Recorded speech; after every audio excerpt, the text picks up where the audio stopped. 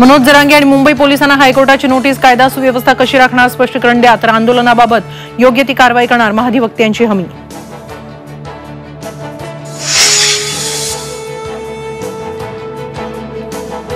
जरांगेंचं मराठा वादळ पुण्यात धडकलं, स्वागतासाठी प्रचंड गर्दी, ट्रॅप रचणाऱ्यांचा योग्य वेळी गौप्यस्फोट करणार जरांगेंची झी 24 तासला माहिती, तर आंदोलन टाळायला हवं मुख्यमंत्र्यांचं आवाहन.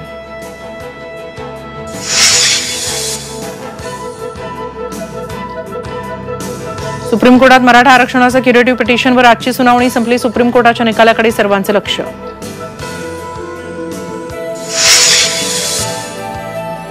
मराठा सर्वेक्षणाचा राज्यभरात बोजवारा, ॲपमध्ये अडचणी येत असल्यानं सर्वेक्षण रखडलं, 2 दिवसात 2% सर्वेक्षण नाही, सूत्रांची माहिती.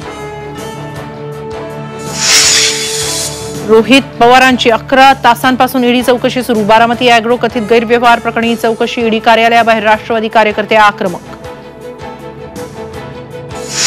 लोकसभा निवडणुकीपूर्वीच इंडिया आघाडीला मोठा धक्का, पश्चिम बंगालमध्ये स्वबळावर लढणार, ममता बॅनर्जींची मोठी घोषणा, आपचाही पंजाबमध्ये स्वबळावर लढण्याचा नारा.